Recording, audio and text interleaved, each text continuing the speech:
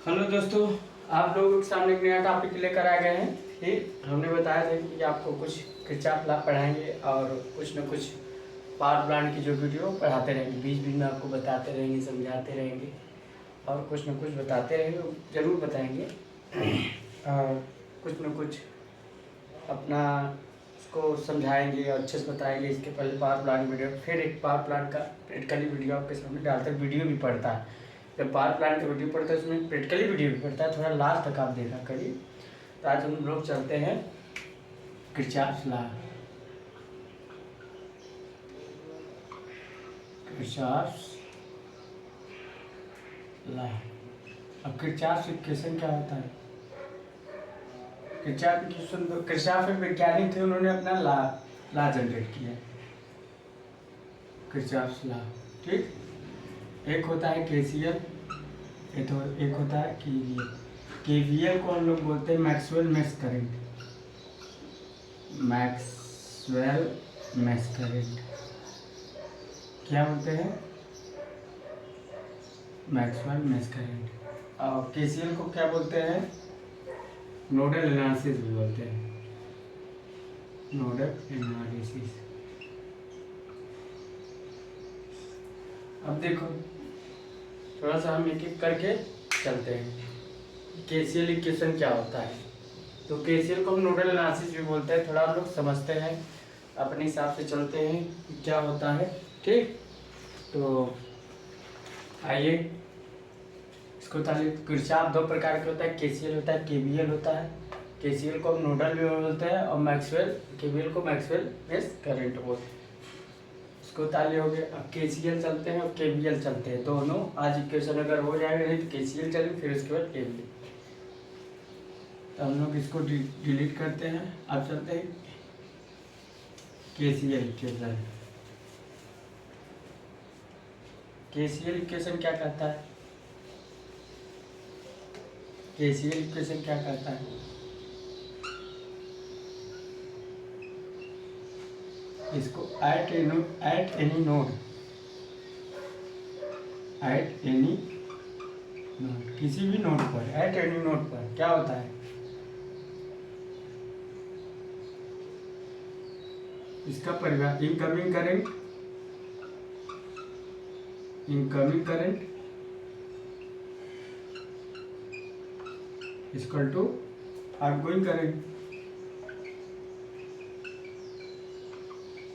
Going current. Incoming current, outgoing current. यहाँ क्या है? Algebraic sum of, algebraic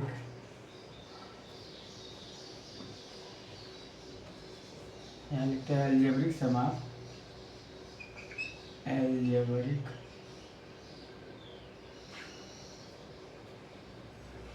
algebraic sum of all the current, all the current, algebraic sum of all the current, sum of all the current क्या होता है? Incoming current,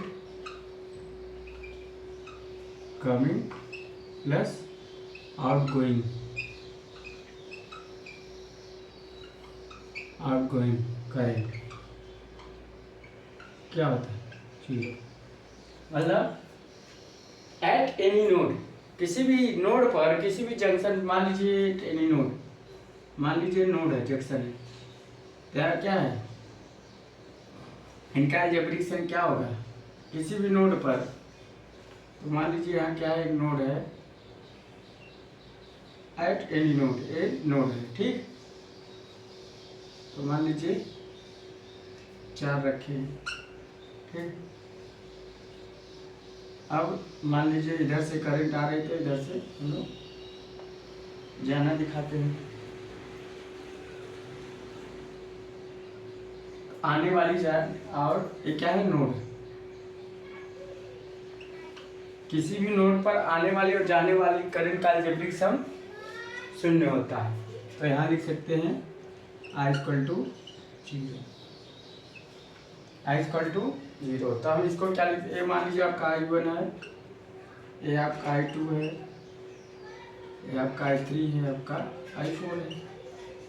ठीक, या तो आने वाली को पॉजिटिव मान लो, या तो जाने वाले को पॉजिटिव मान लो। या तो आने वाली को पॉजिटिव मानते हैं और आने वाली को पॉजिटिव मान लिए, जाने वाली को निगेटिव, या जाने वाली को पॉजिटिव, आने वाली को निगेटिव, तो कुछ भी मान सकते हो। तो केसीएल क्या करा है, किसी भी नोड पर या incoming current plus outgoing current का इक्वल टू बराबर होता है, मतलब incoming current plus outgoing current बराबर होता है, या algebraic sum all the current incoming current outgoing current equal to 0 होता है। देखिए कैसे, इधर क्या है, इधर आपकी I3 प्लस I4, हम इसको पॉजिटिव मान लिया I3 negative, minus I1 minus I2 0। अभी बराबर भी हो जाएंगे, देखो I3 plus I4 equal to क्या होगा, I1 प्लस I2 आ गया। देखो यहाँ क्या कर रहा है कि इनकमिंग करंट क्या है, I3 प्लस I4 और आउटगोइंग करंट, समझ गए।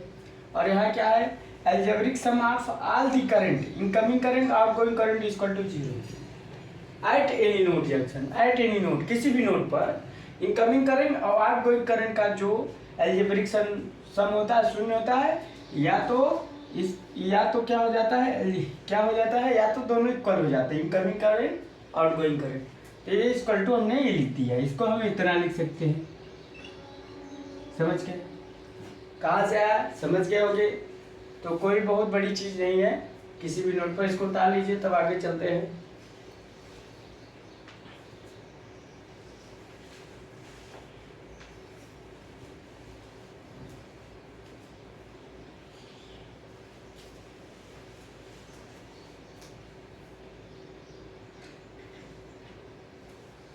तो धीरे धीरे कुछ न कुछ छोटी छोटी चीज़ें चलती रहेंगी बेसिक इलेक्ट्रिकल में, तो आपके साथ आपको फायदा भी करेगा वो चीज़।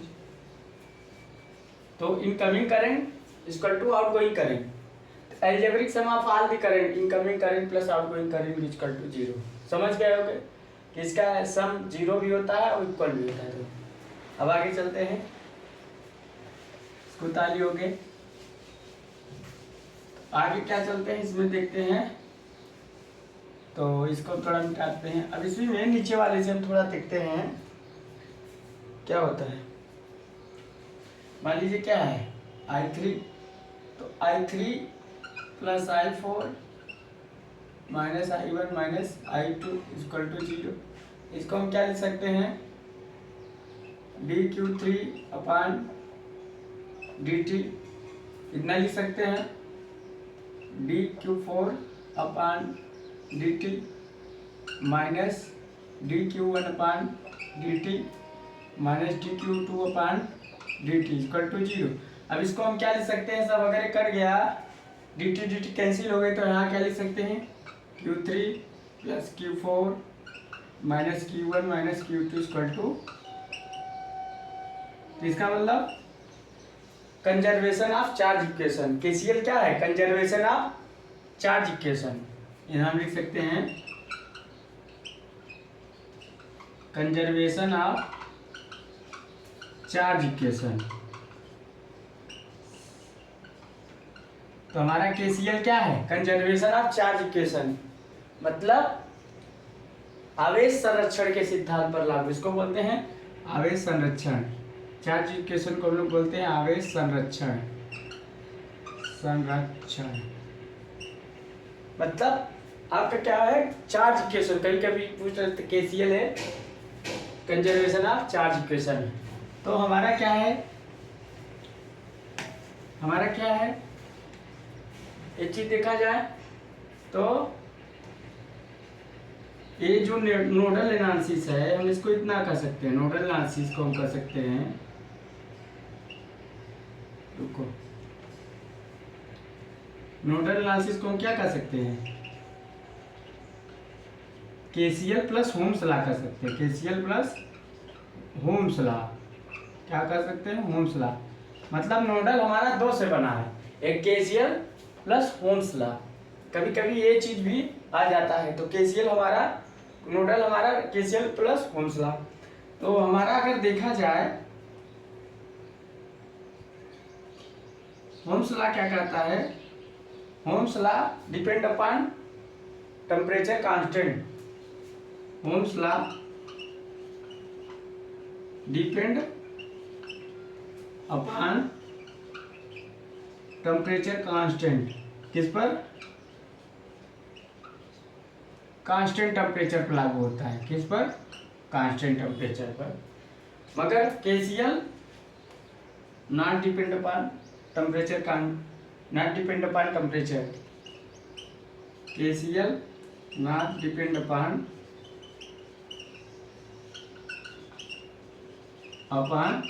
किस पर? टेम्परेचर पर। टेम्परेचर पर निर्भर नहीं करता। तो हमारा क्या होता है, जो नोडल एनालिसिस है, जो ओम्स लॉ है, वो depend upon temperature constant, constant temperature होना चाहिए हमारा ओम्स लॉ के लिए। और केसीएल हमारा टेम्परेचर कांस्टेंट पर नहीं लागू होता। तो हमारा केसीएल किस पर? कौन से? Conservation of charge equation. Note point करके लिख लीजिएगा, नोट पॉइंट करके। कहीं कहीं आ जाता है तो आपको दिक्कत कर जाएगा, उतार लीजिएगा।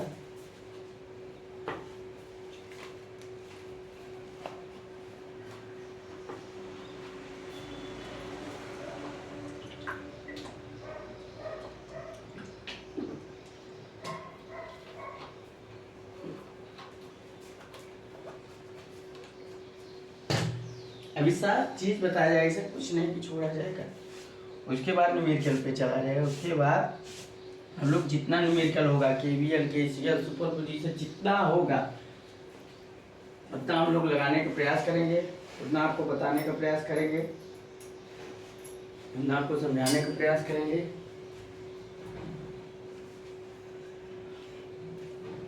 कंसेप्ट से ही आप आगे जाएंगे। कितना बता लियो। अब आगे देखा जाए कि क्या जो हमारा केसीएल है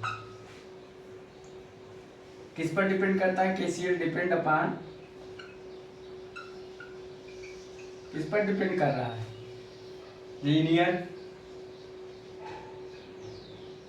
नॉन लीनियर और यूनिलेटरल और बाइलेटरल। और किस पर डिपेंड करता है?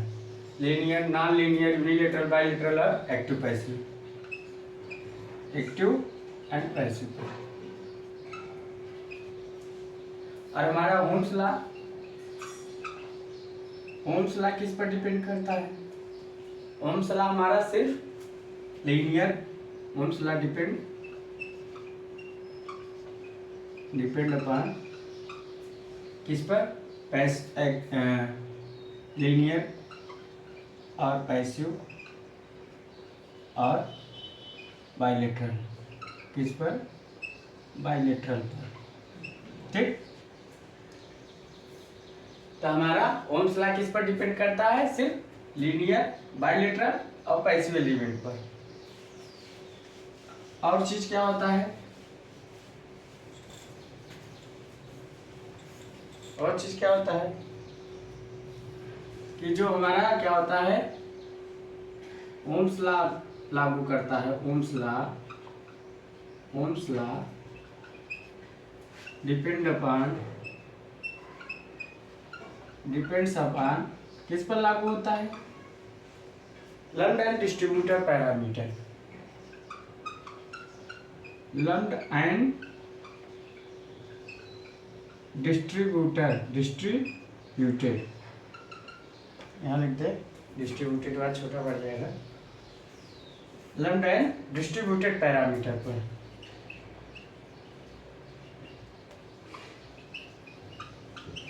पैरामीटर। और हमारा केसीएल, किस पर डिपेंड करता है?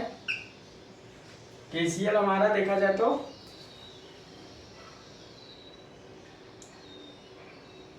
सिर्फ KCL depends upon lumped parameter, lumped parameter.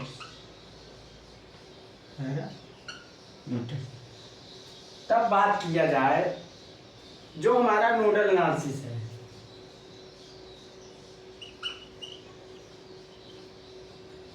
इसको उतार लीजिए, हम लिखाते ते थोड़े पॉइंट है, आप लोग याद रखिएगा कि हमारा KCL ओम्स लॉ किस पर निर्भर करता है। देखो KCL हमारा देखा जाए तो linear, non linear, unilateral, bilateral, active, passive, मगर ओम्स लॉ हमारा सिर्फ लीनियर, बायलेटरल और पैसिव एलिमेंट पर लागू होता है। और ओम्स लॉ टेम्परेचर कांस्टेंट होना चाहिए, और टेम्परेचर पर हमारा KCL तो डिपेंड नहीं करता। अब बात किया जाए कि जो ओम्स लॉ है हमारा लंप्ड और डिस्ट्रीब्यूटेड पैरामीटर है, मगर हमारा ये क्या है KCL लंप्ड पैरामीटर है, ठीक, डिस्ट्रीब्यूटेड पैरामीटर नहीं है।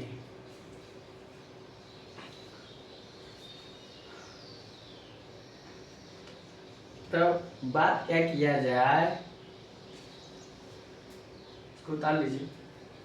तो इसका मतलब नोडल एनालिसिस हमारा किस पर डिपेंड कर रहा है, एक इसमें निकल क्या रहा है, रीजन किस पर डिपेंड कर रहा है, एक टेम्परेचर कांस्टेंट और एक लंप्ड पैरामीटर, दूसरी बात पैसिव, बायलेटरल और लीनियर पर। इसको उतार लीजिए आप लोग।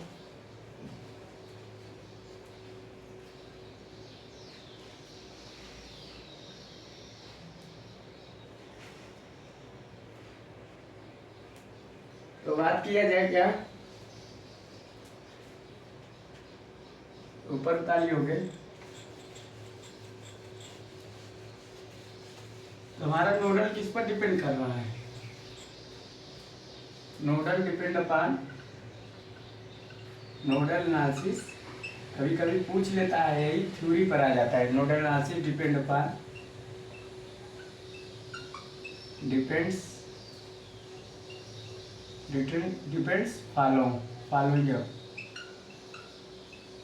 फॉलोइंग हाँ, तो किस पर डिपेंड करता है, नंबर एक किस पर डिपेंड करता है, एक हमारा लीनियर होना चाहिए, लीनियर, बायलेटरल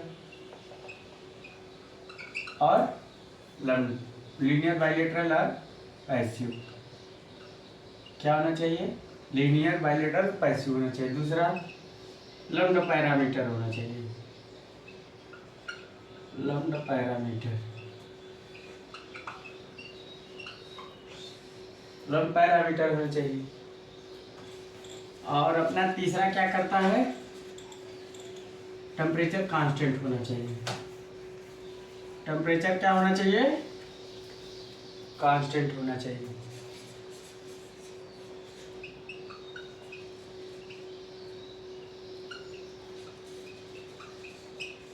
तो ये सब कैसे होने चाहिए, ठीक। अब बात करते हैं थोड़ा सा इसको हम लोग यूज कैसे करते हैं, थोड़ा हम लोग थोड़ा सा कॉन्सेप्ट करके या स्टार्ट करके लिख लीजिए। जैसे आपका है कोई रजिस्टेंस, ये आपका V1 है, V2 है। अब यहाँ से करंट चली, क्या चली, I1 चली, ठीक। ये चीज़ यही हम लोग थोड़ा सा इसको ऐसे करते हैं। अब यहाँ से V1 है, V2 है, हमारी करंट इधर से चली और ये है R, ठीक। यहाँ से चली I2। जिधर से करंट चलती है, ये आपका जिधर से करंट चलती है उसको हम पॉजिटिव, और जिधर करंट जाती है उसको निगेटिव। जैसे यहाँ से करंट चली और आगे जाएगी, तो यहाँ से करंट पॉजिटिव, आगे निगेटिव, ठीक। यहाँ से हम लोग ऐसा करेंगे, तो I1 को निकालेंगे क्या, V1 माइनस V2, क्योंकि पॉजिटिव आगे वाला निगेटिव, देखो ऐसे I2 का लो, V2 minus V1 upon R, समझ रहे हो, बता लीजिए। तो समझ गए होंगे, इनकेस ऐसा आता है।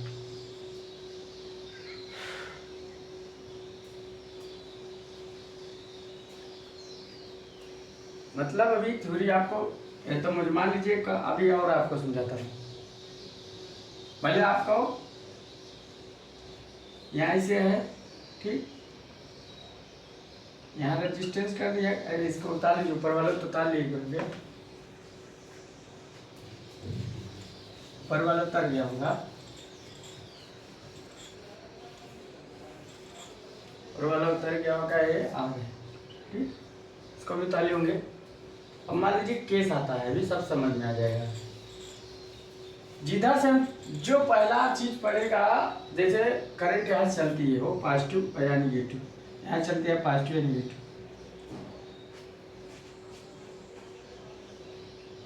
समझ लो। वोल्टेज V1 क्या, तो कभी कभी क्या होता है हम बता रहे हैं,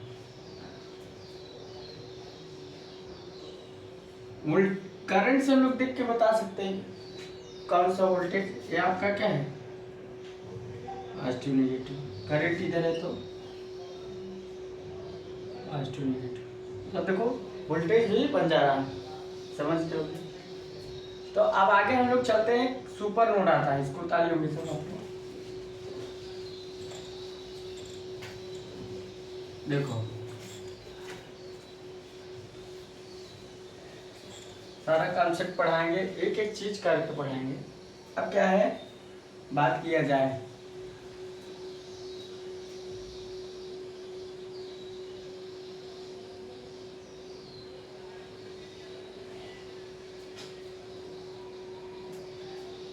मान लीजिए एक रेजिस्टेंस, एक चीज मान लीजिए ऐसा आ जाए, कहीं केस है सब, इन पॉजिटिव निगेटिव, और यहाँ V1 है V2, और यहाँ मान लीजिए एक्स है।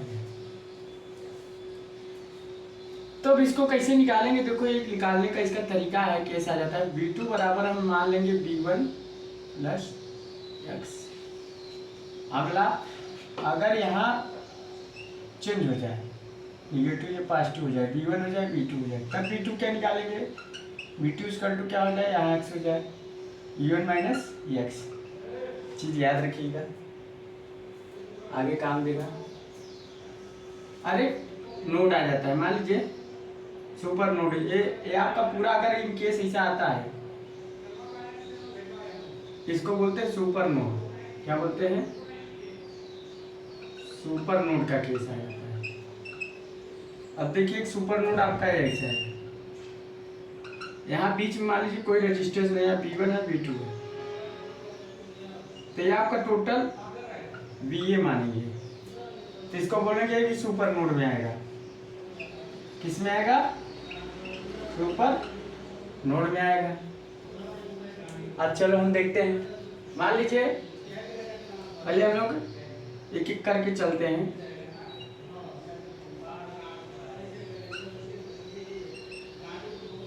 छोटा वाला बनाते हैं,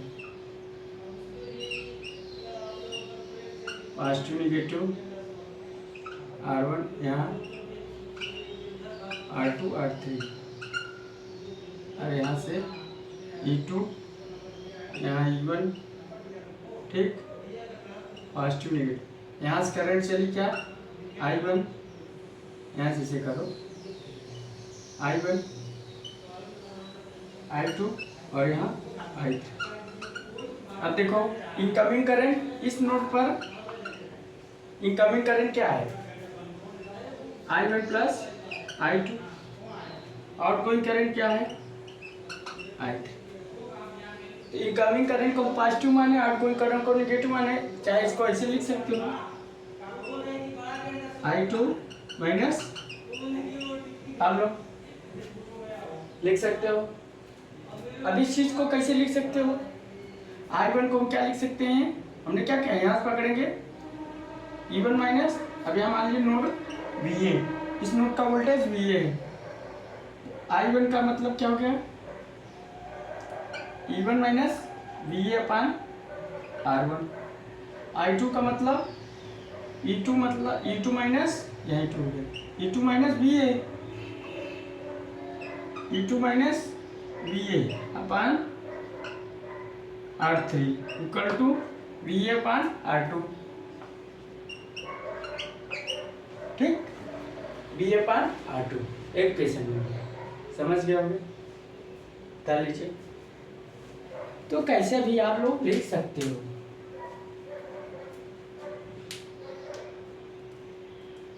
समझ गए होगे, निकाल लीजिए। पहले हम लोग नोट निकाल लेंगे, नोट के बाद अपना को हल करेंगे।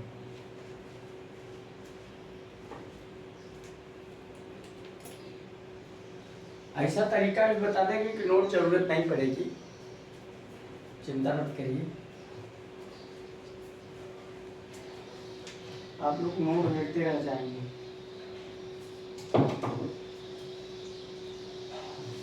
सवाल लगाने का जब प्रैक्टिस हो जाएगा तो आप लोग को नोट की जरूरत नहीं पड़ेगी।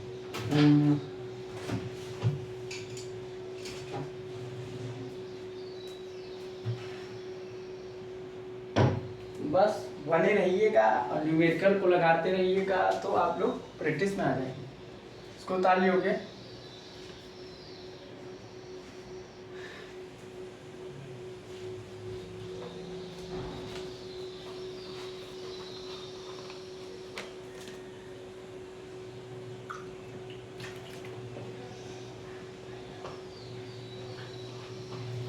चलिए आगे चलते हैं। इसको मिटाते हैं।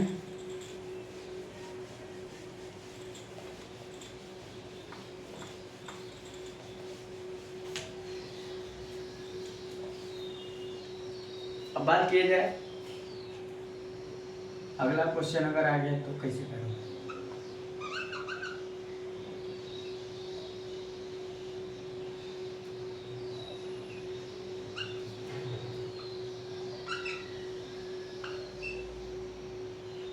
अब बताइए।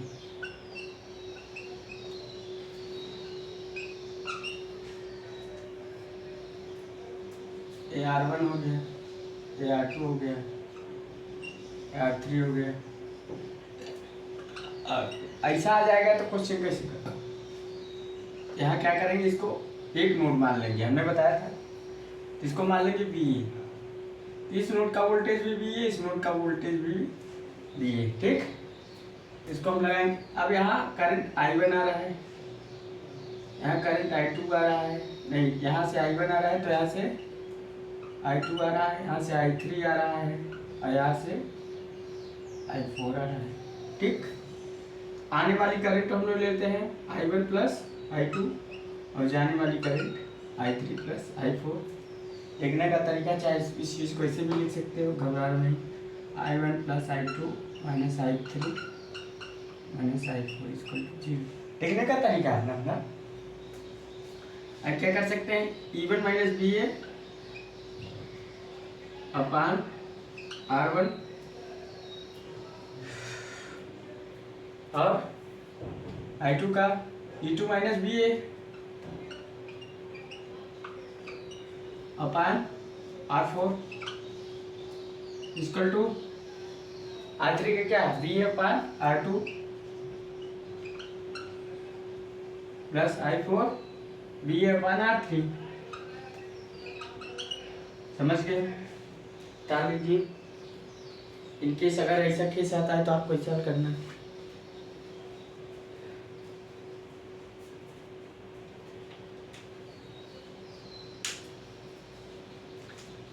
आपको ऐसा न्यूमेरिकल लगवाना है कि आपको शायद नोडल की आवश्यकता पड़ेगी। नोट से तो लगाना है, कुछ कुछ ऐसा ट्रिक बताना है कि कहीं कहीं लोग लोन लगाने में गलती कर देते तो गलती नहीं करना। केसेस कुछ भी आ सकते हैं, सवाल आपको कुछ भी पढ़ सकते हैं लगाने में।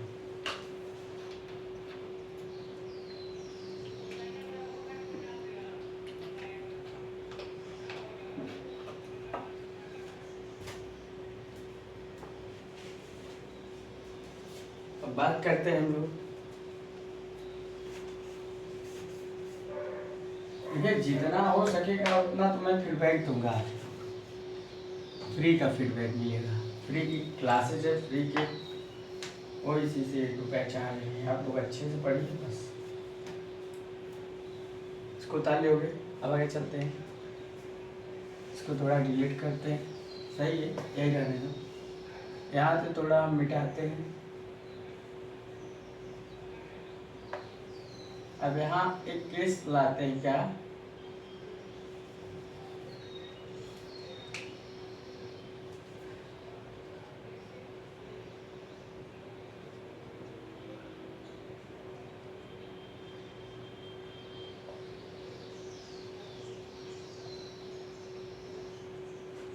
अब बात की है, यहाँ मान लीजिए 10 वोल्ट है, एक्स वोल्ट, क्या है एक्स। अगर ऐसा केस आता है तो क्या करना है, यहाँ V2 मानते हैं, यहाँ V1 मान लेंगे, समझ गए। अब केस ऐसा आता है तो क्या करोगे, यहाँ करेंगे V2 इक्वल टू क्या कर लेंगे, V1 प्लस एक्स, क्योंकि इधर प्लस है तो एक्स मान लेते हैं, इधर प्लस है तो V1 प्लस एक्स मान लगा, इधर माइनस होता V1 माइनस, या तो इसका अपोजिट कर दो, अपना अलग अलग तरीका फंडा है, क्या कर सकते हैं, E1 माइनस V1 अपान R1 plus E2 minus V2 अपान R4। I3 की वैल्यू क्या है, I3 की वैल्यू क्या है,